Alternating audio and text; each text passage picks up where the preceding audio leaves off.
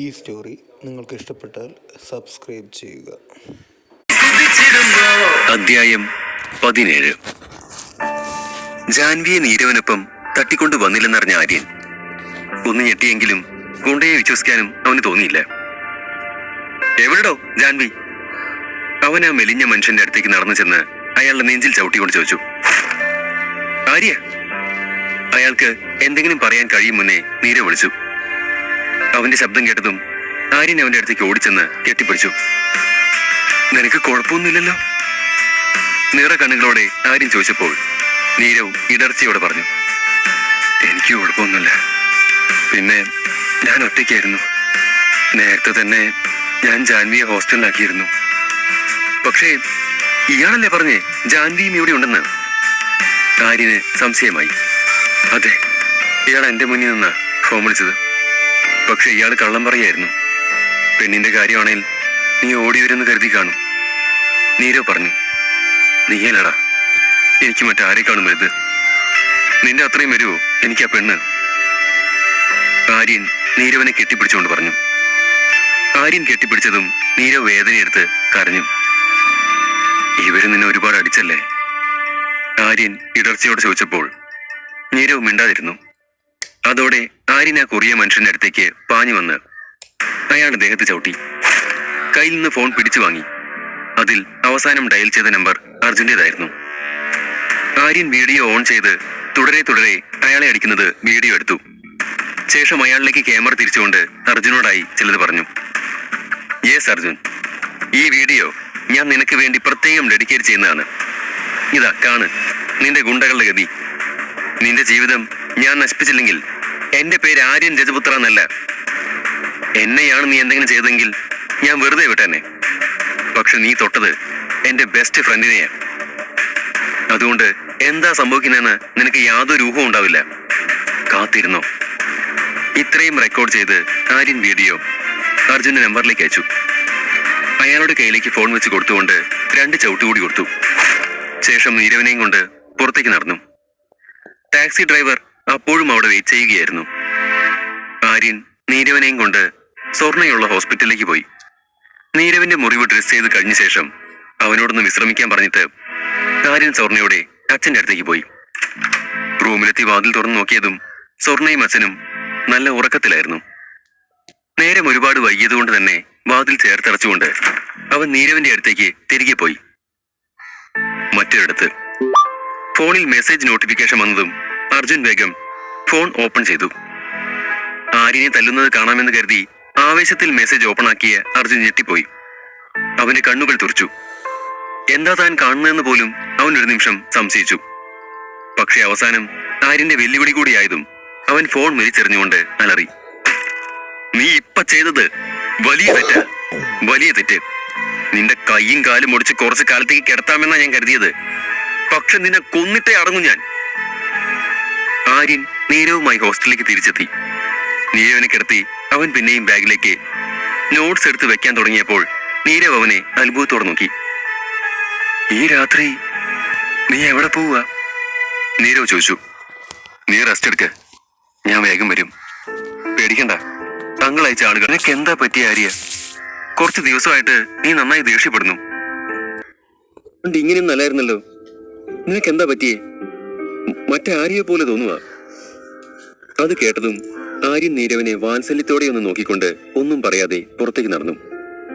അവനും ചിന്തിക്കുകയായിരുന്നു തന്നെ പറ്റി. ഒരു സാധാരണ പയ്യനായിരുന്നു താൻ. ഒരു പ്രേമം തോന്നി തുടങ്ങിയിരുന്നു. ജീവിതം മെച്ചപ്പെടുത്താൻ ആഗ്രഹിച്ച് നടന്നിരുന്നു. പക്ഷെ ജീവിതം തനിക്ക് വേണ്ടി കരുതി വെച്ചത് മറ്റു പലതുമായിരുന്നു. ഇപ്പൊ എവിടെയും തോൽക്കുന്നത് ഇഷ്ടമല്ലാതായി. ജീവിതം എത്രയൊക്കെ കഠിനമായാലും അതൊക്കെ തരണം ചെയ്യാനുള്ള കരുത്ത് ആർജിച്ചു തുടങ്ങി. കുറച്ചു സമയത്തിന് ശേഷം ആര്യൻ കൊച്ചിയിലെ ഒരു അറിയപ്പെടുന്ന ക്ലബിലെത്തി. ഡെവിൾ ഐ എന്നായിരുന്നു അതിന്റെ പേര്. അതൊരു നൈറ്റ് ക്ലബ് ആയിരുന്നെങ്കിൽ കൂടിയും പലതിനെയും കുറിച്ചുള്ള വിവരങ്ങൾ അവിടെ നിന്ന് കിട്ടുമായിരുന്നു. ആരെക്കുറിച്ചും എന്തിനെക്കുറിച്ചും അറിയണമെങ്കിലും ഒരു വലിയ തുകയടച്ചാൽ എന്തിനെ പറ്റിയുമുള്ള വിവരവും കിട്ടും. നിങ്ങൾ എത്ര പൈസ അടയ്ക്കുന്നു എന്നുള്ളത് അറിയേണ്ട വിവരത്തിന്റെയോ വ്യക്തിയുടെയോ നിലയും വിലയും അനുസരിച്ചിരിക്കും. ആര്യൻ ഈ ക്ലബിനെ കുറിച്ച് വളരെ മുമ്പേ കേട്ടിട്ടുണ്ട്. രാജക്ക, ഈ ക്ലബ്ബ് ഇവിടെ മെമ്പർ ആയവർക്ക് മാത്രമുള്ളതാ. നിനക്ക് കയറാൻ പറ്റില്ല. അവൻ അകത്തേക്ക് പോകാൻ നിന്നപ്പോൾ അവിടുത്തെ സെക്യൂരിറ്റിമാർ അവനെ തടഞ്ഞു. ഇവിടെ മെമ്പർഷിപ്പ് എടുക്കാനാണ് ഞാൻ വന്നത്, ആര്യൻ പറഞ്ഞു. അതോടെ അവർ ആര്യനെ ഒന്ന് അടിമുടി നോക്കിക്കൊണ്ട് പരിഹസിക്കാൻ തുടങ്ങി. ഇവിടെ മെമ്പർഷിപ്പ് എടുക്കാൻ എത്ര ലക്ഷം ആവുമെന്ന് വല്ല ധാരണയുണ്ടോടാ? അത് കേട്ടതും ആര്യൻ ബാഗിൽ നിന്ന് 2 ലക്ഷത്തിന്റെ ഒരു കെട്ടെടുത്ത് നീട്ടി. ഇനി പോകാമോ? ഇരുവരും അതിശയത്തോടെ അവനെ നോക്കി പോകാൻ അനുവദിച്ചു. ആര്യൻ ഉള്ളിലേക്ക് നടന്നു. ആ വലിയ ഹാളിൽ കുറെ ബൾബുകൾ കത്തി നിൽക്കുന്നുണ്ടായിരുന്നു. അവിടെ ആരും ഉണ്ടായിരുന്നില്ല. ബാർ കൗണ്ടറിൽ ഒരു പെൺകുട്ടിയെ കണ്ടപ്പോൾ ആര്യൻ എങ്ങോട്ടേക്ക് ചെന്നു. ആര്യനെ കണ്ടയുടനെ വശ്യമായി പുഞ്ചിരിച്ചുകൊണ്ട് അവൾ അടുത്തേക്ക് വന്നു. എന്താ വേണ്ടേ? അവൾ ചോദിച്ചു. ആര്യൻ ചുറ്റുമൊന്ന് നോക്കി. 2 സൈഡിലും റൂമുകളാണ്. മുകളിലേക്ക് കോണിപ്പടികളുമുണ്ട്. മുകളിലും മുഴുവൻ മുറിയാണ്. അവിടെ നിന്നും പിറുപിറുക്കുന്ന ശബ്ദവും കേൾക്കാം. അതോടെ ആര്യന് അതെന്ത് തരത്തിലുള്ള ബാറാണെന്ന് മനസ്സിലായി. അവൻ ആ പെൺകുട്ടിക്ക് നേരെ തിരിഞ്ഞു. എനിക്കൊരു വിവരം അറിയണം. അവൾ അത്ഭുതത്തോടെ നോക്കി. ഇത്ര ചെറുപ്പത്തിലെ ഇങ്ങനെ ഓരോന്നിൽ വന്ന് വീഴുവാണോ? അവൾ ചോദിച്ചപ്പോൾ ആര്യൻ ചിരിച്ചു. നിങ്ങൾക്കും അത്ര പ്രായമായില്ലല്ലോ, എന്നിട്ട് നിങ്ങൾ ഇവിടെ വന്നിട്ടുണ്ടല്ലോ. അത് കേട്ട ആ പെൺകുട്ടി ഒന്ന് പൊട്ടിച്ചിരിച്ചു. അവളുടെ സൗന്ദര്യം അത്രയും പുറത്ത് കാണിച്ചുകൊണ്ടുള്ള ഒരു ചിരി. നീ ആള് കൊള്ളാലോ, വാ ആദ്യം ഡ്രിങ്ക്സ് കഴിക്കാം. പിന്നെന്താ? ആര്യൻ ചിരിച്ചു. അവിടെ ഉണ്ടായിരുന്ന ഒരു സോഫമേൽ ഇരുന്നു കൊണ്ട് അവൾ 2 പേർക്കുമുള്ള ഡ്രിങ്ക്സ് ഒഴിച്ചു. ഒന്ന് ആര്യൻ നേരെ നീട്ടി. ഇവിടെ ഒരു കാര്യത്തെ പറ്റി അറിയാൻ എത്ര പൈസയാവുമെന്ന് അറിയൂ? അവൾ ചോദിച്ചു. അറിയാം, ആര്യൻ മറുപടി പറഞ്ഞു. ആ പെൺകുട്ടി വളരെ സുന്ദരിയായിരുന്നു. ചുണ്ടിൽ ചുവന്ന ലിപ്സ്റ്റിക്, നീല നിറമുള്ള മുടി. വല്ലാത്ത നിഷ്കളങ്കതയായിരുന്നു അവൾക്ക്. ഇന്നോളം ആര്യൻ ഇങ്ങനെയൊരു പെണ്ണിനെ കണ്ടിട്ടില്ലായിരുന്നു. സൗന്ദര്യവും നിഷ്കളങ്കതയും ഒത്തിണങ്ങിയ ഒരുവൾ. ആര്യൻ അവളിൽ നിന്ന് കണ്ണെടുക്കാൻ തോന്നിയില്ല. തന്നെ നോക്കി നിൽക്കുന്ന ആര്യനെ കണ്ടപ്പോ അവൾ കുറച്ചുകൂടി അവനോട് ചേർന്നിരുന്നു. എത്ര തരാൻ പറ്റും? അവൾ വശ്യമായി ചോദിച്ചു. എത്ര അർഹിക്കുന്നു അത്രയും, ആര്യൻ ആത്മവിശ്വാസത്തോടെ പറഞ്ഞു. അവൾ അവനെ അത്ഭുതത്തോടെ നോക്കിക്കൊണ്ട് പൊട്ടിച്ചിരിച്ചു. നീയൊരു പ്ലേ ബോയ് ടൈപ്പ് ആണെന്നറിയാൻ വേണ്ടി ഞാൻ ചുമ്മാ എറിഞ്ഞു നോക്കിയതാ. പക്ഷെ നീ അങ്ങനെയുള്ള ആളൊന്നുമല്ല. ഇനി പറ, ആരെക്കുറിച്ചാ നിനക്കറിയണ്ടേ? ആര്യൻ അർജുന്റെ അച്ഛന്റെ പേര് പറഞ്ഞു. അത് കേട്ട് അവളൊന്ന് ഞെട്ടി. ആരെക്കുറിച്ചാ നീ പറയുന്നതെന്ന് അറിയാമോ? അറിയാം, നന്നായിട്ടറിയാം, ആര്യൻ മറുപടി പറഞ്ഞു. അവൾ അവനെ കുറച്ചു നേരം നോക്കി നിന്ന ശേഷം തുടർന്നു. 10 ലക്ഷം രൂപയാവും. വെറും 10 ലക്ഷം രൂപ കൊടുത്ത അയാളെ കുറിച്ച് അറിയാമല്ലോ എന്ന ചിന്തയിൽ ആര്യൻ ഒന്ന് ചിരിച്ചു. അവനൊന്നും അവളോട് പറഞ്ഞില്ല. അവൻ ബാഗിൽ നിന്ന് കാശെടുത്ത് ടേബിളിലേക്ക് വെച്ചു. ആ പെൺകുട്ടി അമ്പരന്നവനെ നോക്കി. നിനക്കെന്താ പ്രാന്താണോ? നിക്ക്, ഒരു 10 മിനിറ്റ്, ഞാൻ ബാക്കി കാര്യങ്ങളൊക്കെ റെഡിയാക്കാം. 10 മിനിറ്റ് കൊണ്ട് നിനക്ക് വിവരങ്ങളൊക്കെ കിട്ടുമോ? ആര്യൻ ചോദിച്ചു. ഇവിടെയുള്ള വലിയ വലിയ ആൾക്കാരുടെ വിവരങ്ങളൊക്കെ സിസ്റ്റത്തിലുണ്ട്. ഇതൊന്ന് കോപ്പി ചെയ്തെടുക്കേണ്ട പണിയേ ഉള്ളൂ. ഇതും പറഞ്ഞ് അവൾ ചിരിച്ചുകൊണ്ട് പോയി. കുറച്ചു കഴിഞ്ഞപ്പോൾ ഒരു കെട്ട് പേപ്പറുമായി അവൾ വന്ന് അവന്റെ അടുത്തിരുന്നു. സമാധാനത്തിൽ നോക്ക്, നിനക്ക് ആവശ്യമുള്ളത് എന്തെങ്കിലും ഇതിൽ കാണും. ആര്യൻ ആ പേപ്പറൊക്കെ എടുത്ത് ടേബിളിൽ വെച്ചു. അതിൽ അർജുന്റെ കുടുംബത്തെ പറ്റിയുള്ള എല്ലാ വിവരങ്ങളും ഉണ്ടായിരുന്നു. അവന്റെ അച്ഛൻ എത്ര പേരെ കൊന്നിട്ടാണ് ഇപ്പോഴുള്ള തന്റെ പൊളിറ്റിക്കൽ കരിയർ ഉണ്ടാക്കിയതെന്ന് വരെയുള്ള കാര്യങ്ങൾ അതിലുണ്ട്. പക്ഷെ ആര്യന്റെ കണ്ണുടക്കിയത് അവരുടെ ബിസിനസ്സിലായിരുന്നു. കുറെ ബിസിനസ് പൊട്ടിയ ശേഷം ഇപ്പോൾ അയാൾ പുതുതായി ഒരു ക്ലോത്തിങ് ബ്രാൻഡ് തുടങ്ങിയിട്ടുണ്ട്. അതിലേക്ക് അയാളുടെ സമ്പാദ്യം മുഴുവൻ ഇൻവെസ്റ്റ് ചെയ്തിരിക്കുകയാണ്. ബിസിനസ് വളർത്താൻ വേണ്ടി ബാങ്കിൽ നിന്ന് ലോണും എടുത്തിട്ടുണ്ട്. അതൊക്കെ കണ്ട് ആര്യൻ ചിരി വന്നു. അവൻ പേപ്പർ നോക്കി പൊട്ടിച്ചിരിച്ചു. അർജുൻ അറിയില്ല, അവന്റെയും അവന്റെ കുടുംബത്തിന്റെയും ഭാവി എന്റെ കാൽ കീഴിലാണെന്ന്. തന്ത എവിടുന്നേലും 10 കാശുണ്ടാക്കാൻ നോക്കുമ്പോ മോനെ നശിപ്പിക്കാൻ നോക്കുന്നു. അത് ചിന്തിച്ചുകൊണ്ട് ആര്യൻ ബാർ കൗണ്ടറിലേക്ക് നടന്നു. എനിക്കൊരു കാര്യം കൂടി അറിയാനുണ്ട്, ആര്യൻ പറഞ്ഞു. ചോദിച്ചോളൂ, അവൾ മറുപടി പറഞ്ഞു. കോടിക്കണക്കിന് ലോൺ എടുത്ത് ബിസിനസ് വളർത്താൻ ശ്രമിക്കുന്ന ഒരാളുടെ വിവരങ്ങൾ പുറത്തു പറഞ്ഞ എന്താ സംഭവിക്കുക? എന്ത് സംഭവിക്കാൻ? അയാളുടെ കൂടെ ബിസിനസ് ചെയ്യുന്നവരൊക്കെ പിൻവലിയും. പുതിയ ആൾക്കാർ വരില്ല. എല്ലാവർക്കും അവരുടെ പണം തിരിച്ചു കൊടുക്കേണ്ടി വരും, അത്ര തന്നെ, അവൾ പറഞ്ഞു. അത് കേട്ടപ്പോ ആര്യൻ ആ പെൺകുട്ടിയുടെ തൊട്ടടുത്ത് വന്നിന്നുകൊണ്ട് ചെവിയിൽ പറഞ്ഞു. Thank you. You made my day. ഇത്രയും പറഞ്ഞുകൊണ്ട് പിന്തിരിഞ്ഞപ്പോൾ അവൾ അവനെ നോക്കി. ഇതെന്താ ഇങ്ങനെ നീ വന്ന് പെട്ടെന്ന് പോകുന്നത്? ഇതൊന്നും അത്ര ശരിയല്ല. കുറച്ചു നേരം നമ്മുടെ കൂടെ നിന്നിട്ട് പോ. അവൾ പറഞ്ഞു. ആര്യൻ ഒരു പണക്കാരനാണെന്ന് അവൾക്ക് മനസ്സിലായിരുന്നു. അതുകൊണ്ട് തന്നെ അവനെ വീഴ്ത്താനുള്ള ശ്രമത്തിലായിരുന്നു അവൾ. ആര്യൻ അവളെയും നോക്കി. അവൾ വിടർന്ന കണ്ണുകളോടെ അവനെയും. അവൻ ഒന്ന് ചിന്തിച്ചുകൊണ്ട് സോഫയിലേക്ക് ചാഞ്ഞു. അതൊക്കെ ശരി തന്നെ. നിന്നെ ഞാൻ എന്താ വിളിക്കുക? ആര്യൻ ചോദിച്ചു. വൈഗ വാസുദേവ്. അവൾ പറഞ്ഞു. വൈഗ? അവൻ ആ പേര് ഒന്നുകൂടി ഉച്ചരിച്ചു. അവളോടൊരു ബന്ധം ഉണ്ടാക്കി കഴിഞ്ഞാൽ ഭാവിയിൽ അവൾ തന്നെ സഹായിക്കുമല്ലോ എന്നവൻ ചിന്തിച്ചു. നിന്നെ കാണാനൊക്കെ കൊള്ളാം, സുന്ദരിയ. പക്ഷേ കാര്യത്തോടടുക്കുമ്പോ നീ ഭീകരിയാവും. അവൾ പൊട്ടിച്ചിരിച്ചു. അപ്പോൾ മുകൾ നിലയിൽ നിന്ന് ഒരു പെണ്ണിന്റെ ഉച്ചത്തിലുള്ള കരച്ചിൽ കേൾക്കാൻ തുടങ്ങി. എത്ര പ്രാവശ്യം ഞാൻ പറഞ്ഞു എനിക്കിതൊന്നും ചെയ്യാൻ പറ്റില്ലെന്ന്. എന്തു വന്നാലും ഞാൻ ചെയ്യില്ല. ഞാൻ ഇവിടെ പാറാൻ വന്നതാ, അല്ലാതെ ഇമ്മാതിരി വൃത്തികേട് ചെയ്യാനല്ല. അവൾ ഇത് പറഞ്ഞു കഴിഞ്ഞപ്പോൾ ഒരുവന്റെ പരുക്കൻ ശബ്ദം മുഴങ്ങി. വെറുതെ ഷോ കാണിക്കലടി പെണ്ണേ. നിന്നെ ഇവിടെ കൊണ്ടുവന്നപ്പോഴേ ഞങ്ങൾ പറഞ്ഞതാ, കസ്റ്റമേഴ്സിനെ സന്തോഷിപ്പിക്കല നിന്റെ പണിയെന്ന്. പിന്നെന്താ? ഞാൻ കരുതിയത് അവരുടെ ഇഷ്ടത്തിന് പാട്ടുപാടി കൊടുക്കണമെന്നാ, അല്ലാതെ ഇമ്മാതിരി പ്രവൃത്തിക്ക് കൂട്ടു നിൽക്കുകയും കൂടി വേണമെന്ന് ഞാൻ അറിഞ്ഞില്ല. അവളുടെ ശബ്ദം പിന്നെയും ഉയർന്നു. അതാരുടെ ശബ്ദമാണെന്ന് ആര്യന് മനസ്സിലായി. സംഭവിക്കുന്നതൊന്നും അവന് വിശ്വസിക്കാൻ കഴിഞ്ഞില്ല. അവൻ വേഗം വൈഗയുടെ അടുത്തേക്ക് ചെന്നു. എന്താ അവിടെ? അത് മുകളിൽ സ്പെഷ്യൽ ഗസ്റ്റിന്റെ മുറിയാ, അവിടെ പാട്ടും ഉണ്ടാവും, അവൾ പറഞ്ഞു. കാര്യങ്ങൾ പിടികിട്ടിയതോടെ ആര്യൻ വേഗത്തിൽ മുകളിലേക്ക് കയറി. മുകളിലെത്തിയപ്പോൾ ഒരു ചുവപ്പ് ഡ്രസ് ധരിച്ച് അത്യാവശ്യം മേക്കപ്പ് ചെയ്ത് ജാൻവി നിൽക്കുന്നത് കണ്ടു. അവൾക്കടുത്തേക്ക് നിന്നയാൾ ഇപ്പോഴും അവളോട് കയറുകയാണ്. പൊടുന്നനെ ജാൻവിയുടെ ശ്രദ്ധ ആര്യനിൽ എത്തി നിന്നു. അവനെ കണ്ട അവളുടെ മുഖം വിളറി വെളുത്തു. ജാൻവി, നീ ഇവിടെ എന്ത് ചെയ്യുക? ആര്യൻ അവൾക്ക് അടുത്തേക്ക് നിന്നുകൊണ്ട് ചോദിച്ചു. ജാൻവിയോ? ആരാ അത്? എന്റെ പേര് മായ എന്നാ, നിങ്ങൾക്ക് ആള് മാറി. ആ പെൺകുട്ടി പറഞ്ഞതും ആര്യൻ ഞെട്ടി പുറകിലേക്ക് അഞ്ഞു. ജാൻവി, വെറുതെ കള്ളം പറയണ്ട. എന്നോടൊന്നും വിളിക്കേണ്ട കാര്യമൊന്നും എനിക്കില്ല. പറ, എന്താ ഇവിടെ നടക്കുന്നേ? ആര്യന്റെ ചോദ്യത്തിന് ജാൻവി മറുപടി പറയും മുൻപേ അവർക്കിടയിൽ നിന്നിരുന്ന ആ മനുഷ്യന്റെ ശബ്ദമുയർന്നു. ഇവൾ ഈ ബാറിലെ പാട്ടുകാരിയ, ഇത് ചോദിക്കാൻ നീ ആരടാ? പിച്ചക്കാരന്റെ കോലമുണ്ടല്ലോ, നിനക്കൊക്കെ പുറത്തല്ലേ സ്ഥാനം.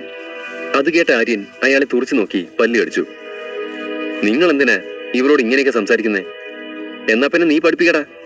ഞാൻ പൈസ കൊടുക്കുന്ന എന്റെ കീഴിൽ പണിയെടുക്കുന്നവരോട് ഞാൻ എങ്ങനെ പെരുമാറണമെന്ന്. പാട്ടുപാടി ഇവിടെ വരുന്നവരെ സന്തോഷിപ്പിക്കല അവളുടെ പണി. അവൾ അത് സമ്മതിക്കുകയും വേണം. കസ്റ്റമർക്ക് എന്താവശ്യം വന്നാലും ചെയ്തു കൊടുക്കണം. ഇതൊക്കെ അവളോട് മുന്നേ പറഞ്ഞതാ, അവള് സമ്മതിച്ചതാ. എന്നിട്ടിപ്പോ വയ്യാത്രേ. ആര്യൻ എപ്പോഴും അവളെ തന്നെ നോക്കി നിൽപ്പായിരുന്നു. മായയാണെന്ന് അവൾ പറഞ്ഞിട്ടും അത് ജാൻവിയാണെന്ന് ആര്യൻ ഉറപ്പായിരുന്നു. എന്താണ് ജാൻവിക്ക് സംഭവിച്ചത്? അധ്യായം 18. ആര്യൻ തന്റെ മുന്നിൽ നിൽക്കുന്ന പെണ്ണിനെ തന്നെ നോക്കി നിന്നു. ജാൻവിക്ക് ആര്യൻ തന്നെ തിരിച്ചറിഞ്ഞെന്ന് മനസ്സിലായതും ഒരു പിടപ്പുണർന്നു. ആര്യൻ അവളെ നോക്കിക്കൊണ്ട് അവളെ പിടിച്ചു വെച്ച ആളോട് അലറി. അവളെ വിടോ. ആര്യന്റെ കണ്ണുകൾ ദേഷ്യം കൊണ്ട് ചുവന്നു. അവന്റെ അലർച്ച കേട്ടതും അയാൾ ചിരിക്കാൻ തുടങ്ങി. ഡാ, നീയൊക്കെ ഇപ്പം മുളച്ച കൂണ. എന്നിട്ട് ഹീറോയിസം കളിക്കല്ലേ? ഇവിടൊക്കെ പണമാണെല്ലാം. നിനക്കിവളെ വേണേ നല്ലോണം കാശുവായി എറിയണം. അയാളുടെ പരിഹാസം കേട്ടതും ആര്യൻ കുറച്ച് നോട്ടെടുത്ത് അവന്റെ നേരെ എറിഞ്ഞു. ദാ, എനിക്ക് ഇവൾക്കൊപ്പം നിൽക്കാനുള്ള പണം. ഇനി അവളെ തുടരുത്. ആര്യന്റെ ദേഹം ദേഷ്യം കൊണ്ട് അടിമുടി വിറയ്ക്കുകയായിരുന്നു. അവന്റെ പ്രവൃത്തി കണ്ട അയാൾ ആ പണത്തിലേക്കൊന്ന് കണ്ണു പായിച്ചുകൊണ്ട് അവന്റെ നേരെ തിരിഞ്ഞു. എടാ ചെക്ക, അയാൾ പറഞ്ഞ് പൂർത്തിയാക്കും മുൻപേ ആര്യൻ അലറി.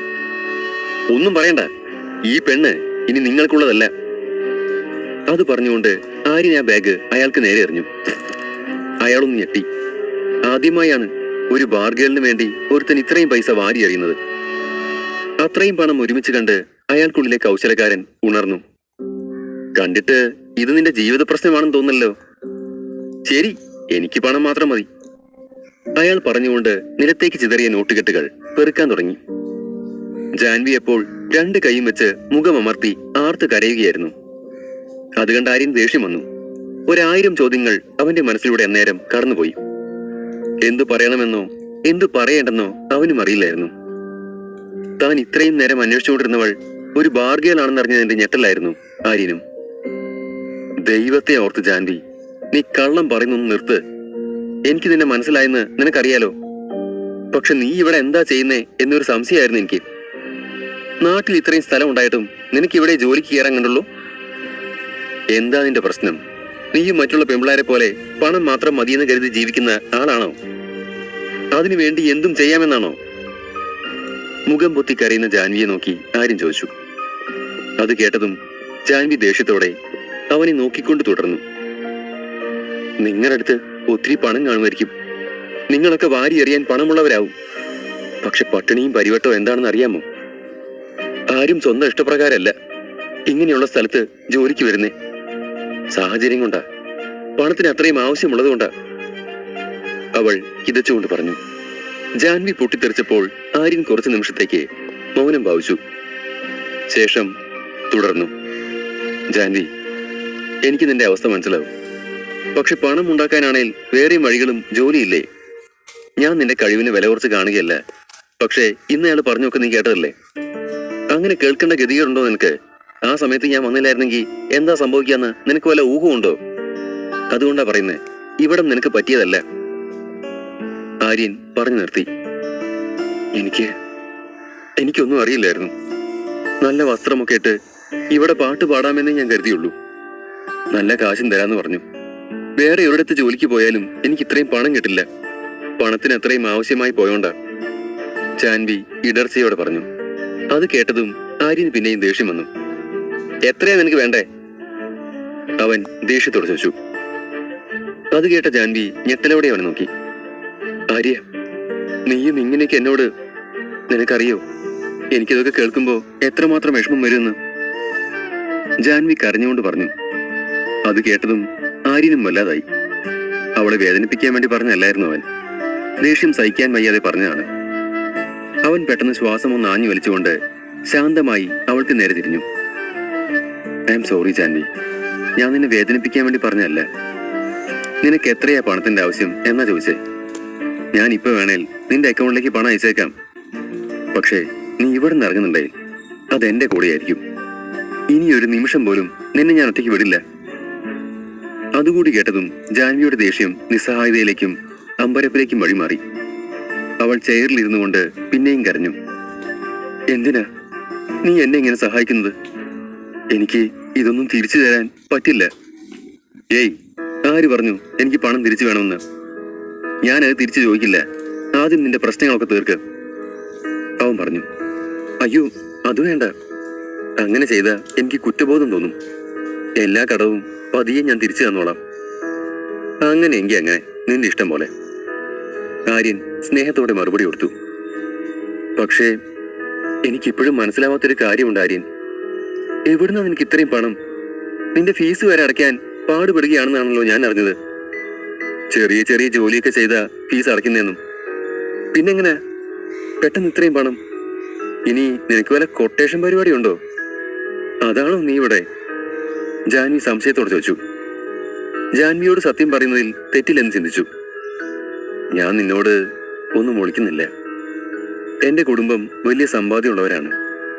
കുറച്ച് കുടുംബ പ്രശ്നം വന്നതുകൊണ്ട് ഞാൻ ഒറ്റയ്ക്കായിരുന്നു.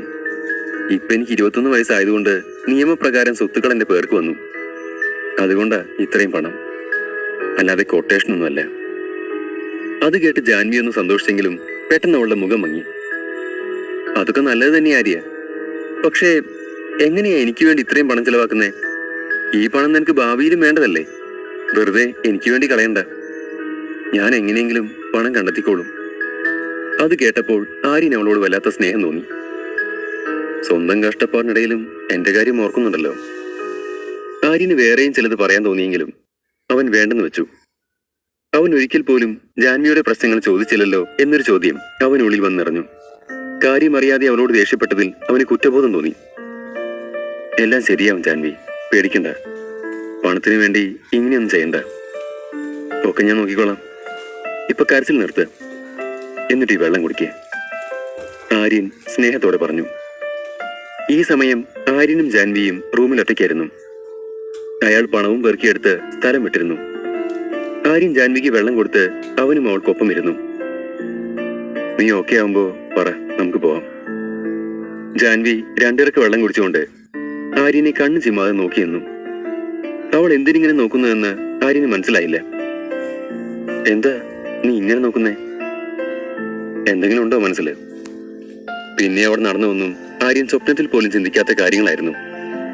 ജാൻവി ആര്യനെ നോക്കിക്കൊണ്ട് അവന്റെ മടിയിൽ കയറിയിരുന്നു. അവൻ എന്തെങ്കിലും മനസ്സിലാക്കും മുന്നേ അവൾ അവന്റെ കഴുത്തിലും ചെവിയിലും തുരുതുരെ ഉമ്മ വയ്ക്കാൻ തുടങ്ങി. ആര്യന്റെ ദേഹത്ത് എന്തോ ഒരു വൈദ്യുതി പ്രവാഹമുണ്ടായി. അവൻ അറിയാതെ അവളുടെ ഇടുപ്പിൽ കൈവച്ചു. പക്ഷേ അതിന്റെ അടുത്ത നിമിഷം തന്നെ ജാൻവി തന്റെ ശരീരം മുറുക്കിയെ പുണരുന്നത് അവൻ അറിഞ്ഞു. പെട്ടെന്ന് അവൻ അവളെ തന്നിൽ നിന്നും വേർപ്പെടുത്തി. നീ എന്താ ചെയ്യുന്നേ? അവൻ അമ്പരപ്പോടെ ചോദിച്ചു. ഞാൻ ഇതിനു മുന്നേയും പല പ്രാവശ്യം പലരോടും ഇങ്ങനെ ചെയ്തിട്ടുണ്ട്. പിന്നെന്താ നിന്നോട് ചെയ്ത? പക്ഷേ ഒട്ടും അറിയാത്തൊരാൾക്കൊപ്പം ഉള്ളതിനേക്കാൾ നിന്റെ ഒപ്പം ഇങ്ങനെ നിൽക്കുന്നതാ എനിക്കിഷ്ടം. നീ എന്നെ ഒരുപാട് സഹായിച്ചതല്ലേ, അതൊക്കെ തിരിച്ചു തരാൻ എന്റെ മുന്നിൽ ഇതേ ഉള്ളു വഴി. ജാൻവിക്ക് തന്നോട് പ്രണയമാണെന്നും അടക്കാനാവാത്ത വിധം അത് പ്രകടിപ്പിച്ചതാണെന്നുമാണ് ആര്യൻ കരുതിയത്.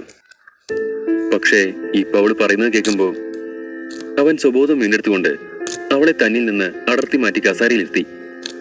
നിനക്കെന്താ പ്രാന്തായോ? പണം തിരികെ തരാൻ ഈ ഒരു വഴിയെ നിനക്ക് കണ്ടുള്ളോ? ഞാൻ അങ്ങനെ തന്നെയാണെന്നാണോ നീ കരുതിയത്? ആര്യൻ ദേഷ്യത്തോട് ചോദിച്ചപ്പോൾ ജാൻവി അതിന് മറുപടി പറയും മുൻപേ വൈകിയുടെ ശബ്ദം മുഴങ്ങി. വാവ്, എന്താ ബോധി! പക്ഷെ ഇങ്ങനെ ലൈല മജ്നു കളിക്കാനൊന്നും ഇവിടെ അനുവദിക്കില്ല. ഇവളെയും കൊണ്ട് വേറെ എവിടേക്കും പോണതാ നിനക്ക് നല്ലത്. അത് കേട്ട് ആര്യൻ വൈകിയെ നോക്കി. ആഹാ, അത് കൊള്ളാലോ. നിമിഷങ്ങൾ കൊണ്ട് നിന്റെ സ്വഭാവം മാറിയോ? നേരത്തെ നീയല്ലേ എന്നോട് അടുത്ത് ഇടപഴകിയത്? അതെ, നീ ഒരു പുതിയ കസ്റ്റമർ ആയോണ്ട് നിന്നെ കാണാനും കൊള്ളാം. അതുകൊണ്ടാ ഞാൻ അങ്ങനെയൊക്കെ സംസാരിച്ചേ. വൈക ഭാവഭേദമില്ലാതെ പറഞ്ഞു. നിനക്ക് ഇവളുമായി ഉല്ലസിക്കണമെങ്കിൽ പുറത്തെവിടെയും വെച്ചാവാം. ഇവിടെ പറ്റില്ല. ഇവളെ വേറെ എവിടെയും കൊണ്ടുപോകണം. പിന്നെ നിന്റെ ഈ ഹീറോയിസ് ഒന്നും ഇവിടെ നടക്കില്ല. ഇവിടെ വരുന്നത് മാത്രമേ നിങ്ങളെ ഇഷ്ടത്തോടെ ഉള്ളൂ. പുറത്ത് കടക്കണോ വേണ്ടയോ എന്ന് നമ്മളാ തീരുമാനിക്കുന്നത്. വൈകിയുടെ സംസാരം കേട്ട ജാൻവിക്ക് ഭയമായി. അവൾക്കറിയാമായിരുന്നു ഇവിടുത്തെ ആളുകളുടെ സ്വഭാവം. മാത്രമല്ല ആര്യൻ അവൾക്ക് വേണ്ടി അവരോട് അടി കൂടിയതുമാണ്. ഇത് വിവരങ്ങൾ കിട്ടുന്ന സ്ഥലം മാത്രമല്ല, ഒരു മാഫിയ സംഘത്തിന്റെ ഇടമാണെന്ന് ആര്യന് മനസ്സിലായി. മാത്രമല്ല വൈഗ ഈ സ്ഥലം സംരക്ഷിക്കാൻ വേണ്ടി നിൽക്കുന്നതാണെന്നും മനസ്സിലായി. ഇവിടെ പണത്തേക്കാൾ വലിയ നിയമമൊന്നുമില്ല. ആര്യൻ വൈഗയുടെ കണ്ണിൽ നോക്കി ചോദിച്ചു. ഇവൾ ഇന്നെന്റെ കൂടെ വരും. അതിനെത്രയാ വേണമെന്ന് വെച്ചാ പറഞ്ഞാ മതി. വൈഗ അത് കേട്ട് ചിരിച്ചു. കോടിക്കണക്കിന് രൂപ തന്നാലും അവളെ നിനക്ക് ഇവിടെ നിന്ന് കൊണ്ടുപോകാൻ പറ്റില്ല. നിനക്ക് കൂടെ കിടത്താൻ വേറെ പെമ്പിള്ളേരെ കൊണ്ടുപോകാം. പക്ഷേ ഇവളെ അവിടെ നിർത്തിയേക്ക്. ഞാൻ ഇവളോട് പറഞ്ഞതാ അവൾക്ക് എന്ത് വേണമെങ്കിലും ചെയ്യാമെന്ന്. പക്ഷെ 6 മണിക്ക് ശേഷം ഇവളിവിടെ വേണം. ഇന്നിവൾക്ക് രാത്രിയായാലും ഇവിടുന്ന് പോവാനൊക്കില്ല. അത് കേട്ട ആര്യൻ അവൾക്ക് നേരെ അലറി. എന്തായാലും ആരായാലും ഞാൻ ഇവളിവിടുന്ന് കൊണ്ടുപോകും. ആരാ എന്നെ തടയുന്നതെന്ന് എനിക്കൊന്ന് കാണണം. അഥവാ എന്നെ തടയാൻ വല്ല ഉദ്ദേശം ഉണ്ടെങ്കിൽ നിങ്ങളുടെ ഈ സാമ്രാജ്യം ഇനി വെളിച്ചം കാണില്ല. നിങ്ങളുടെ ഈ ക്ലബ്ബ് ഞാൻ കത്തിക്കും. ആര്യന്റെ ഭാവം മാറിയപ്പോൾ വൈകിക്ക് പേടിയായി. ഹോ, എന്താ ഒരു ആത്മവിശ്വാസം! ഒരു കൊച്ചു പയ്യന് ഇത്രയൊന്നും ദേഷ്യം പാടില്ല കേട്ടോ. പ്രണയത്താൽ ഭ്രാന്താവുക എന്നൊക്കെ കേട്ടിട്ടേ ഉള്ളൂ. ഇപ്പതാ കണ്ടു. നീ കിടന്ന് ചലിക്കുന്ന നാവില്ലേ, അതറിയാനുള്ള ആൾക്കാരുണ്ട് എനിക്ക്. വൈഗ ഭീഷണി സ്വരത്തിൽ പറഞ്ഞു.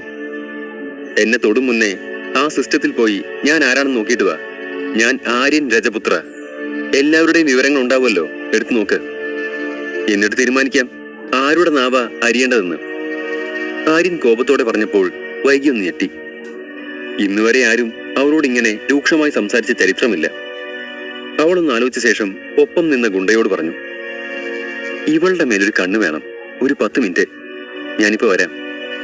അവൾ പടികൾ ഇറങ്ങിപ്പോയി. 10 മിനിറ്റ് ആവും മുൻപേ അവൾ തിരിച്ചു വന്നു. ഇപ്രാവശ്യം അവളുടെ മുഖഭാവം തീർത്തും മാറിയിരുന്നു. താഴെ പോയി വിവരങ്ങൾ നോക്കിയപ്പോൾ അവൾക്ക് അവളുടെ കണ്ണുകളെ വിശ്വസിക്കാൻ കഴിഞ്ഞില്ല.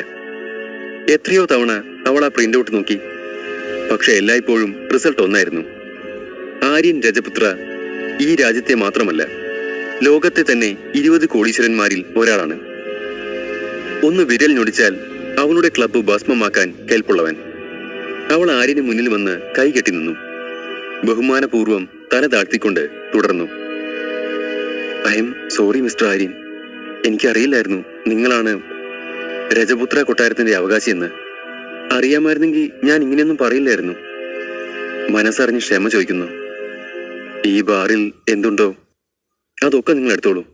ഈ പെണ്ണ് മാത്രമല്ല, ഇവിടെയുള്ള എല്ലാ പെൺകുട്ടികളും. എന്തിന്, ഈ ഞാൻ വരെ നിങ്ങളുടേതാണ്. അവൾ സ്നേഹത്തോടെ സംസാരിക്കാൻ തുടങ്ങി. ഇവൾ എന്റെ കോളേജിലാണ് പഠിക്കുന്നത്. ഇത് ഇവൾക്ക് പറ്റിയ ഇടമല്ല. ഇന്നു മുതൽ നിങ്ങളുടെ ഒരുത്തന്റെ കൂടെയും ഇവളെ കാണരുത്. കണ്ടാൽ ഈ ക്ലബ്ബ് ഞാൻ നശിപ്പിക്കും, ഓർത്തോ. ആര്യൻ ഭീഷണി സ്വരത്തിൽ പറഞ്ഞുകൊണ്ട് ജാൻവിയുടെ കൈയും പിടിച്ച് പുറത്തേക്ക് നടന്നു. അവളുമായി ആര്യൻ പുറത്തേക്ക് ഇറങ്ങിയതും ജാൻവിക്ക് പിന്നെയും സംശയമായി. ആര്യൻ അത്ര വലിയ ആളാണോ? വൈകിയടക്കം തല താഴ്ത്തി നിൽക്കണമെങ്കിൽ. ജാൻവിയുടെ കണ്ണുകളിൽ ആ സംശയം കണ്ടതും ആര്യൻ അവളുടെ തോളിൽ കൈയിട്ടു. നീ ഇപ്പൊ വീട്ടിൽ പോയിക്കോ, നമുക്ക് പിന്നെ സംസാരിക്കാം. എനിക്ക് അത്യാവശ്യമായി ഒരിടം വരെ പോവാനുണ്ട്. ജാൻവിയുടെ ഉത്തരത്തിന് കേൾക്കാതെ ആര്യൻ ഒരു ക്യാബ് വിളിച്ച് അവളെ പറഞ്ഞയച്ചു. ആര്യൻ ഇങ്ങോട്ടേക്കോ പോകാനുള്ള തിരക്കിലായിരുന്നു. അവന്റെ മനസ്സിൽ അർജുന്റെ കുടുംബചരിത്രം ഇങ്ങനെ തിളച്ചു മറിഞ്ഞുകൊണ്ടിരുന്നു. അധ്യായം 19. ജാൻവിയെ പറഞ്ഞയച്ച ശേഷം ആര്യനും ഒരു ക്യാബ് വിളിച്ചു. ഡ്രൈവറോട് ഇടപ്പള്ളി റോഡിലേക്ക് പോകാൻ പറഞ്ഞു. തനിക്ക് ചുറ്റും ഈ കുറഞ്ഞ സമയം കൊണ്ട് നടന്ന കാര്യങ്ങളൊക്കെ മറക്കാൻ ശ്രമിക്കുന്ന തിരക്കിലായിരുന്നു അന്നേരം ആര്യൻ. അവൻ സീറ്റിലേക്ക് ചാരി മെല്ലെ കണ്ണുകൾ അടച്ചു. പുറത്തുനിന്ന് വരുന്ന നേർത്ത കാറ്റുകൊണ്ട് കണ്ണുകൾ അടഞ്ഞുപോയി. കുറച്ചു സമയം കഴിഞ്ഞപ്പോൾ ഡ്രൈവർ വണ്ടി നിർത്തി. അവനെ വിളിച്ചുണർത്തി. സാർ, എടപ്പള്ളി എത്തി.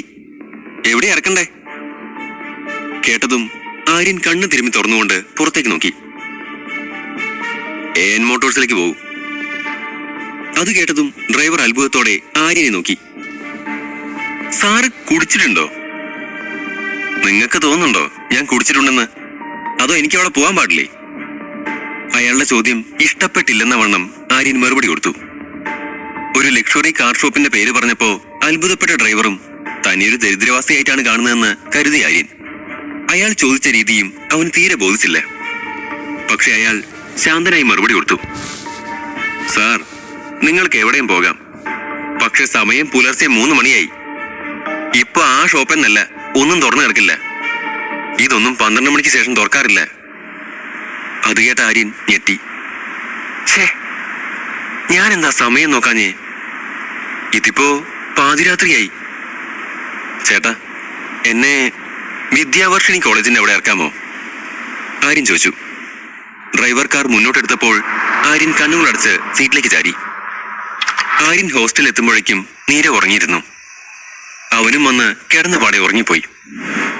പിറ്റേന്ന് നോക്കിയപ്പോൾ ബെഡിൽ നീരവിനെ കാണാനില്ല. സമയം നോക്കിയപ്പോ ഉച്ചയ്ക്ക് 2 മണിയായിരുന്നു.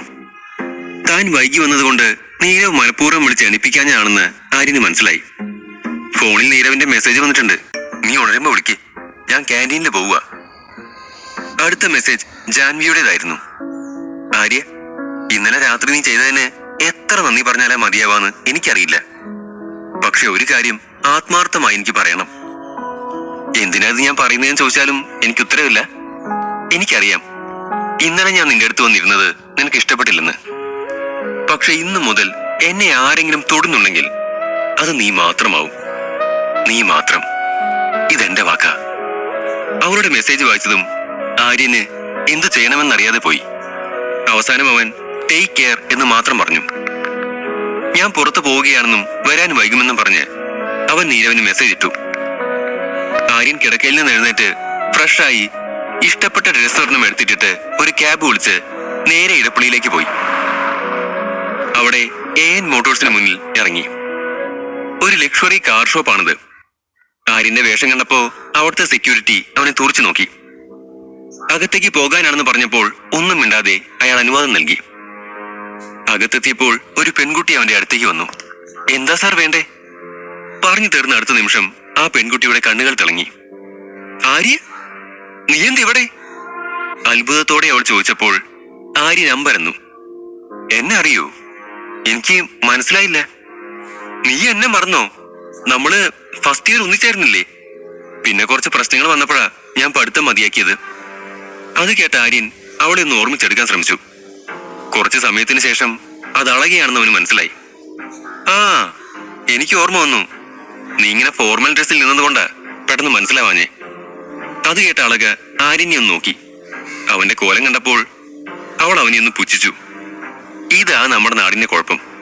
കോളേജൊക്കെ കഴിഞ്ഞ ശേഷം കൂട്ടുകാരെ കണ്ട ആരാ ഏറ്റവും വലിയ സ്റ്റാറ്റസിൽ എത്തിയെന്ന ആദ്യം നോക്കുക. ആർക്കാ വലിയ കാറ്, വീട്, ജോലിയൊക്കെയെന്ന്. അല്ലെങ്കിൽ ആരുടെ കുട്ടികളാ കൂടുതൽ ഭംഗിയെന്ന്. ഇതൊക്കെ നോക്കി വിലയിരുത്തുമ്പോ ആൾക്കാർക്കൊരു മനസമാധാനം കിട്ടും. അളക പറഞ്ഞു. നീ നല്ല സ്ഥലത്താണല്ലോ വർക്ക് ചെയ്യുന്നേ. അളകയുടെ ചൂട് നോട്ടം അവഗണിച്ചുകൊണ്ട് ആര്യൻ പറഞ്ഞതും അളക അവനെ ആകമാനം ഒന്ന് നോക്കിക്കൊണ്ട് തുടർന്നു. പക്ഷെ നിന്റെ കോലം കണ്ടിട്ട് നീ ഗതി പിടിച്ച ലക്ഷണം ഇല്ലല്ലോ.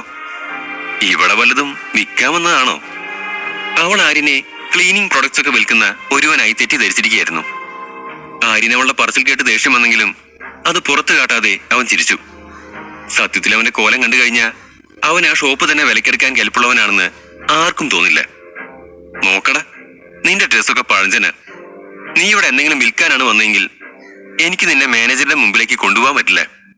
നീ വൃത്തിയിൽ ഡ്രസ് ധരിച്ച് വന്നാലേ എനിക്ക് എന്തേലും ചെയ്യാൻ പറ്റൂ. അളക തറപ്പിച്ച് പറഞ്ഞു. എന്നിട്ടും ആര്യൻ അവളോട് മറുത്തൊന്നും പറയാൻ പോയില്ല. ഞാൻ ക്ലീൻ ചെയ്യുന്നവനോ സാധനം വിൽക്കുന്നവനോ എന്തേലും ആവട്ടെ, ഇപ്പൊ ഞാൻ വന്നത് ഒരു ലക്ഷറി കാർ വാങ്ങാനാ. ആര്യൻ കടുപ്പത്തോടെ പറഞ്ഞു നിർത്തിയപ്പോൾ അളക അമ്പരന്ന് പോയി. ശേഷം പൊട്ടിച്ചിരിച്ചുകൊണ്ട് പറഞ്ഞു. നിനക്കെന്താ പ്രാന്താണോ? നിനക്ക് നിന്റെ ഫീസ് പോലും അടയ്ക്കാൻ ഗതിയില്ലാത്ത കാര്യം നീ മറന്നുപോയോ? അല്ല, നിനക്ക് എവിടുന്നേലും പണം പറിക്കുന്ന മരം കിട്ടിയോ? അളക അവനെ കളിയാക്കി. അപ്പോഴേക്കും അവിടെയുള്ള ബാക്കി ജീവനക്കാരും അളകയുടെ ചുറ്റും കൂടി ആര്യനെ കളിയാക്കാൻ തുടങ്ങി. അളക, ഞാൻ പറഞ്ഞത് സത്യമാണ്. ഞാൻ ഇവിടെ കാറ് മേടിക്കാൻ തന്നെ വന്നതാ. നീ മോഡൽ കാണിച്ച. ആര്യൻ പല്ല് കടിച്ചുകൊണ്ട് പറഞ്ഞു. അതുകൂടി കേട്ടപ്പോ അവിടെ നിന്നവരുടെ ചിരി ഒന്നുകൂടെ ഉച്ചത്തിലായി.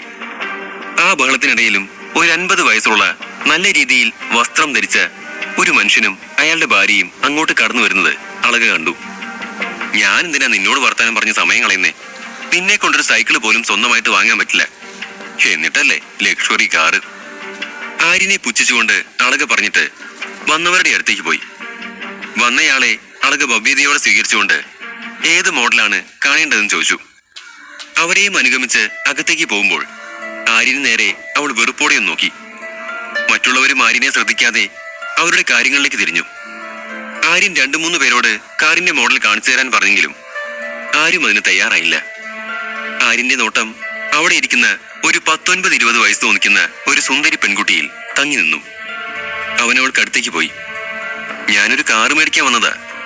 അതിന്റെ കാര്യങ്ങള് ഒന്ന് പറഞ്ഞു തരാമോ? ആര്യൻ ചോദിച്ചു. അയ്യോ സാർ, ഞാനിവിടെ 2 ദിവസമായതേ ഉള്ളൂ ജോയിൻ ചെയ്തിട്ട്. എനിക്കറിയില്ല.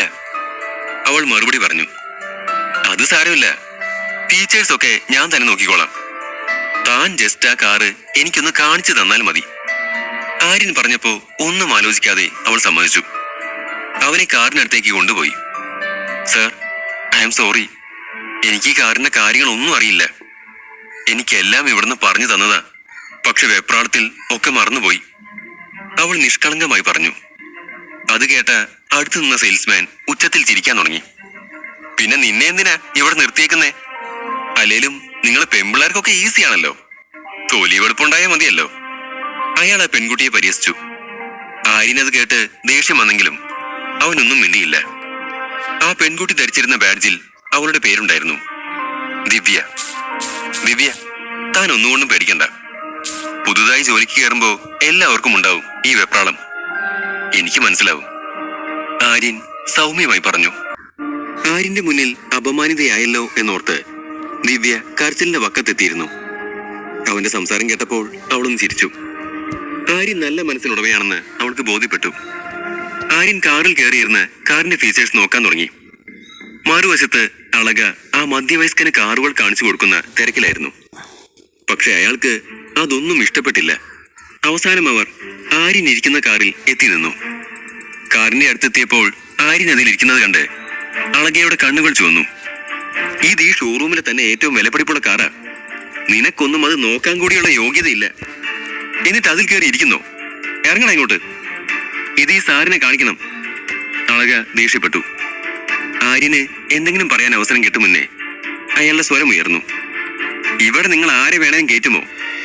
സെക്യൂരിറ്റി ഒന്നുമില്ലേ ഇവിടെ? ഇമാതിരി ആളുകളാണോ ഇവിടെ വന്ന് ഇതൊക്കെ നോക്കുന്നേ? സോറി സാർ, ഇപ്പൊ തന്നെ ഞാൻ പറഞ്ഞു വിടാം, അളക മറുപടി പറഞ്ഞു.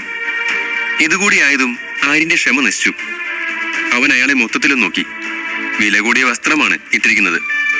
സ്വർണ്ണ മോതിരങ്ങളുണ്ട് കയ്യിൽ. ബ്രാൻഡഡ് വാച്ചും കെട്ടിയിട്ടുണ്ട്. പണക്കാരനാണെന്ന് ഒറ്റ നോട്ടത്തിൽ അറിയാം. മുഖത്തും അത് എഴുതി വച്ചിരിക്കുന്നു. നിങ്ങൾ ഈ കാറ് വാങ്ങുന്നുണ്ടോ? ആര്യൻ ചോദിച്ചു. ഉണ്ട്. കാർ വൃത്തികേടാക്കാതെ അതിൽ നിന്ന് ഇറങ്ങിക്കേ. അയാളത് പറഞ്ഞതും ആര്യൻ കാറിന്റെ അകത്ത് തുപ്പി. ഛേ, ഇതിപ്പോ വൃത്തികേടായില്ലേ, ഇനി എന്താ ചെയ്യാ? ആര്യൻ പരിഹസിച്ചു. അവന്റെ പ്രവൃത്തി കണ്ട് ദിവ്യയും അളകയും ഞെട്ടി. അയ്യേ, നാണമില്ലേ തനിക്ക്? അയാൾ അലറി. അത് കേട്ടതും ആര്യൻ പൊട്ടിച്ചിരിച്ചു. ആര്യന്റെ ചിരി കണ്ടപ്പോൾ അളകയ്ക്ക് കൂടുതൽ ദേഷ്യം വന്നു. നിനക്ക് എങ്ങനെ ധൈര്യം വന്നു ഇങ്ങനെ വൃത്തികേട് കാണിക്കാൻ? ഞാനിപ്പോ സെക്യൂരിറ്റിയെ വിളിച്ച് നിന്നെ ചവിട്ടി പുറത്താക്കാൻ പറയും. നീ എന്താ ചെയ്തെന്നറിയോ? ഇത് ലിമിറ്റഡ് എഡിഷൻ കാറാണ്, പുതിയ മോഡൽ. 12 കോടിയാ വില. കോടിക്ക് എത്ര പൂജ്യമുണ്ടെന്നെങ്കിലും നിനക്കറിയാമോ?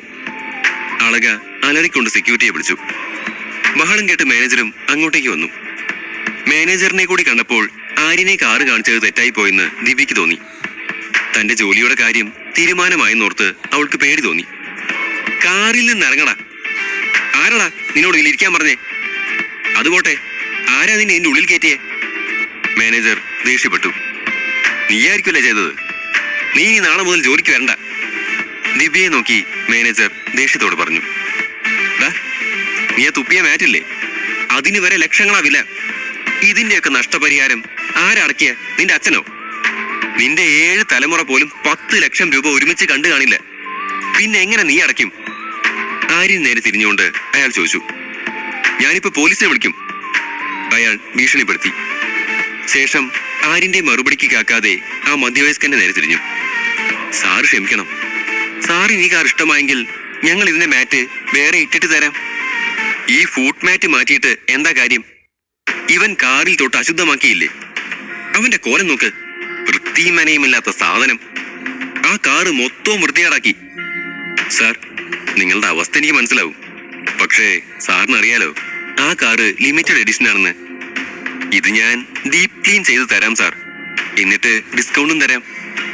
ഡിസ്കൗണ്ടിന്റെ കാര്യം കേട്ടപ്പോൾ അയാളൊന്ന് അയഞ്ഞു. അത് കേട്ടപ്പോൾ ആര്യൻ കാറിൽ ഒന്നുകൂടെ ആഞ്ഞു തുപ്പി. എല്ലാവരും ഒരു നിമിഷം നിശബ്ദരായി.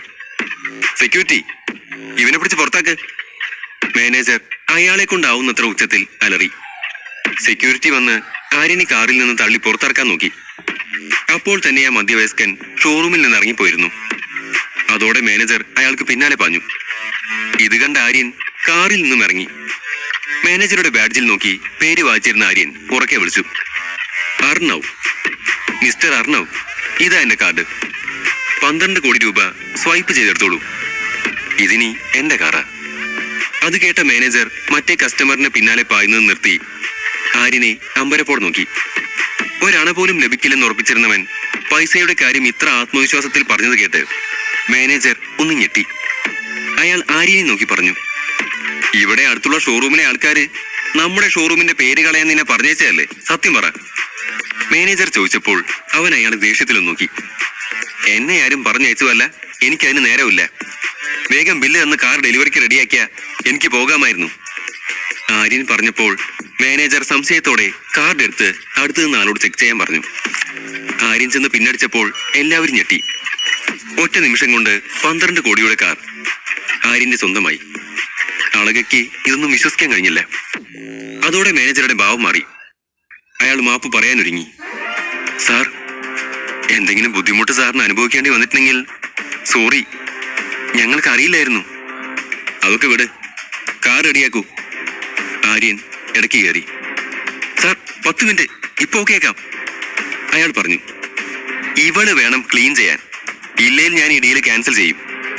അളകയെ നോക്കി അവൻ പറഞ്ഞു. അവരാരും അങ്ങനെയൊരു നീക്കം പ്രതീക്ഷിച്ചിരുന്നില്ല. അളക ഞെട്ടലോടെ ആര്യനെ നോക്കി. അധ്യായം 20.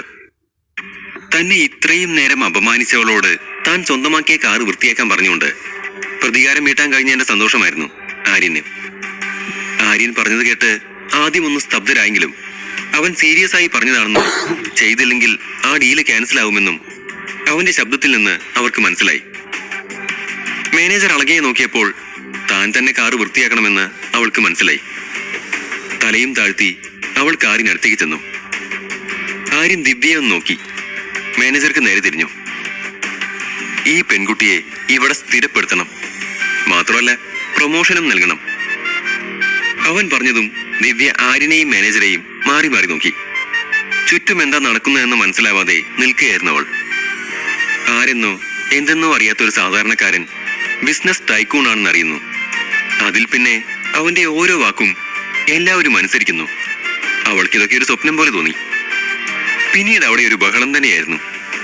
ആര്യന് കാർ കൊടുക്കുന്നതിന്റെ ഫോർമാലിറ്റീസ് ഒക്കെ ക്ലിയർ ചെയ്തു. അപ്പോഴേക്കും കാറ് വൃത്തിയാക്കി അളക ആര്യന്റെ അടുത്തേക്ക് വന്നു. ഞാൻ കാറ് വൃത്തിയാക്കിയിട്ടുണ്ട്, പിന്നെ നേരത്തെ അങ്ങനെയൊക്കെ സംസാരിച്ചതിന് ക്ഷമിക്കണം, അറിയാതെ പറ്റിപ്പോയതാ, അളക പറഞ്ഞു. അവളുടെ ശബ്ദത്തിൽ മാത്രമല്ല പെരുമാറ്റത്തിലും ഉണ്ടായിരുന്നു മാറ്റം.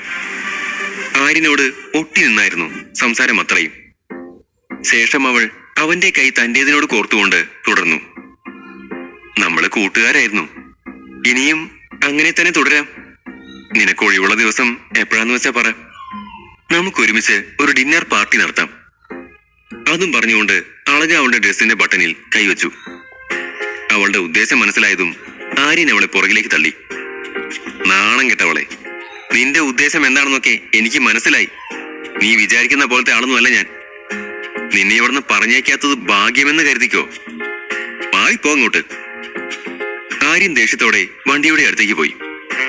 അത് കണ്ട അളക ദേഷ്യത്തിൽ പല്ല് ഞെരിച്ചു.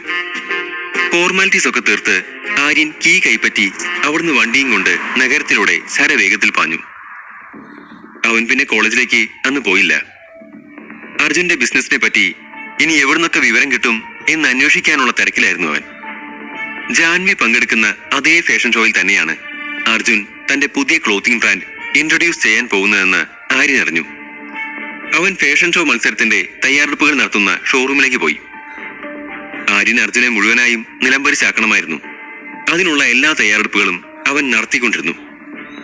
അവൻ ആ ഫാഷൻ കമ്പനിയിലെ മാനേജറുമായി ചില കാര്യങ്ങൾ സംസാരിച്ചിട്ട് അവിടെ നിന്നിറങ്ങി. പക്ഷെ ആര്യന് ഹോസ്റ്റലിലേക്ക് പോകാൻ തോന്നിയില്ല. അവൻ നേരെ മറൈൻ ഡ്രൈവിലേക്ക് പുറപ്പെട്ടു. അവിടെ ഒരു ഓരത്ത് ഇരുപുറപ്പിച്ച് കായലിലേക്ക് നോക്കിയിരുന്നു. എപ്പോഴൊക്കെ മനസ്സ് അസ്വസ്ഥമാകുന്നുവോ അപ്പോഴൊക്കെ അവൻ ഇങ്ങനെ വന്നിരിക്കുക പതിവാണ്. അവിടെ ഇരിക്കുമ്പോ അവന് ജാൻവിയുടെയും നീരവിന്റെയും ഫോൺ വന്നെങ്കിലും രണ്ടും അവൻ എടുത്തില്ല. സമയം പുലർച്ചെ 12 മണിയായിരുന്നു. അതോടെ അവൻ അവിടെ നിന്ന് എഴുന്നേറ്റ് കാറും എടുത്ത് ഹോസ്റ്റലിലേക്ക് പോയി. ഹോസ്റ്റലാകെ നിശബ്ദമായിരുന്നു. എല്ലാവരും ഉറങ്ങിക്കഴിഞ്ഞിരുന്നു.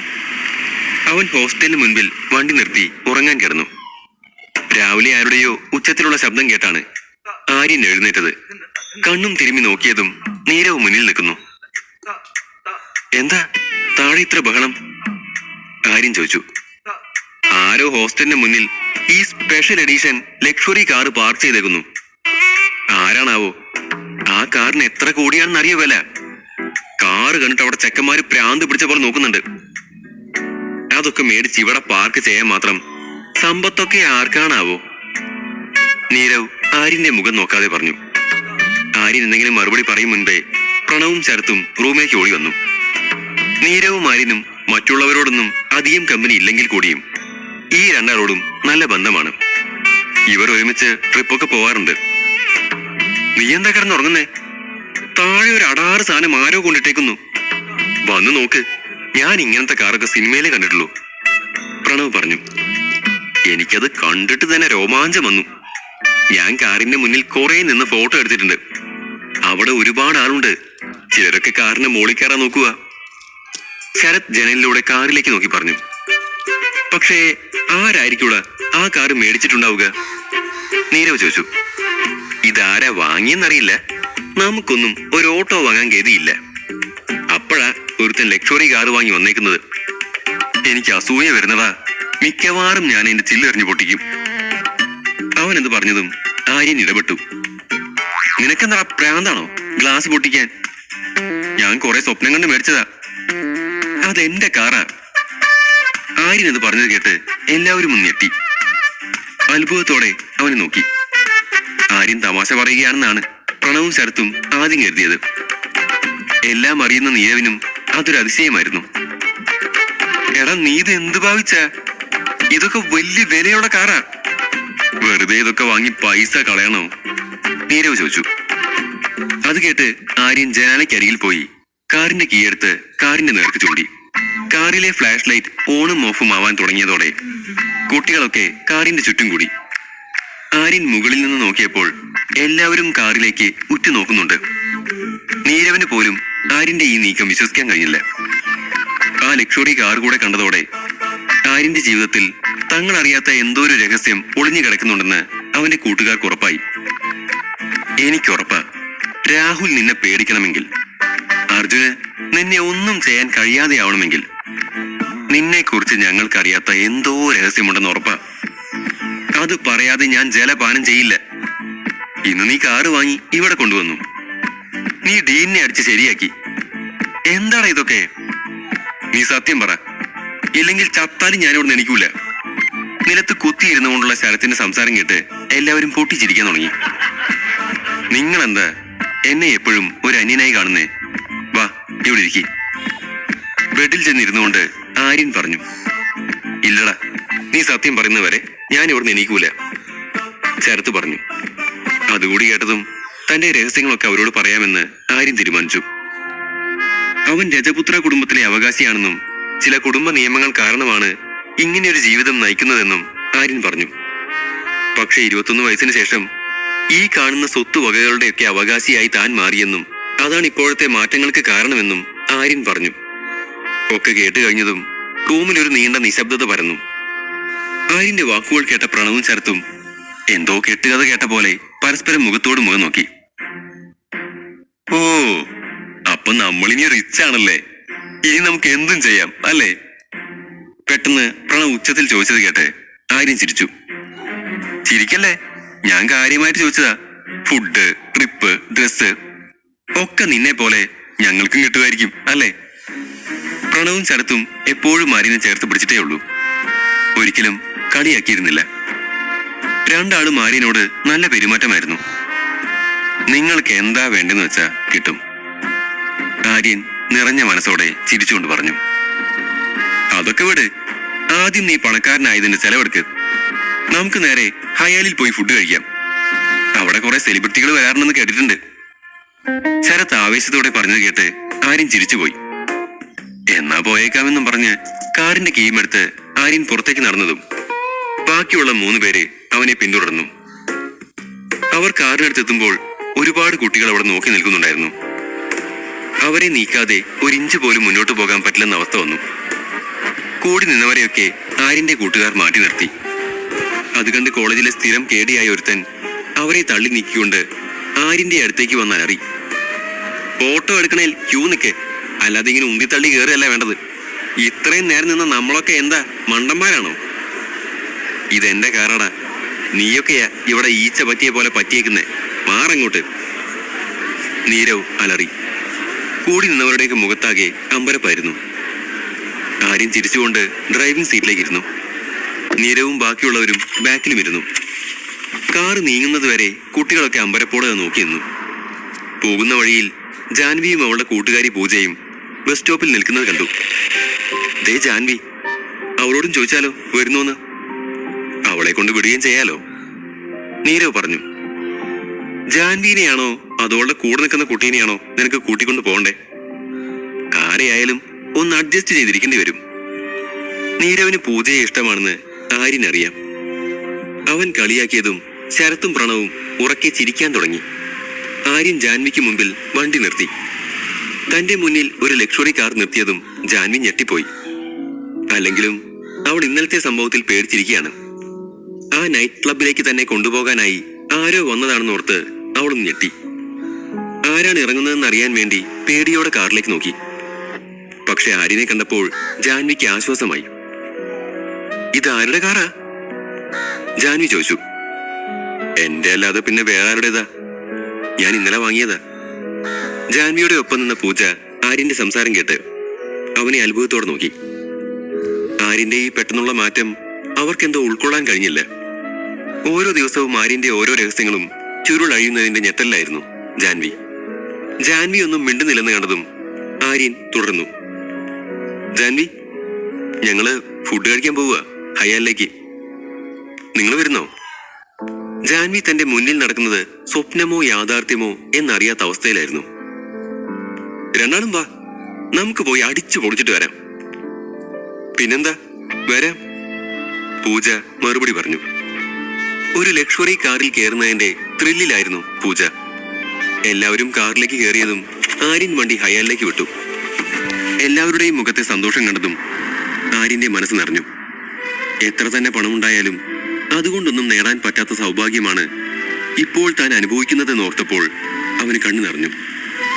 ഇടയ്ക്ക് കാർ നിർത്തി ആര്യൻ വിശ്വനാഥന് മെസ്സേജ് അയച്ചു.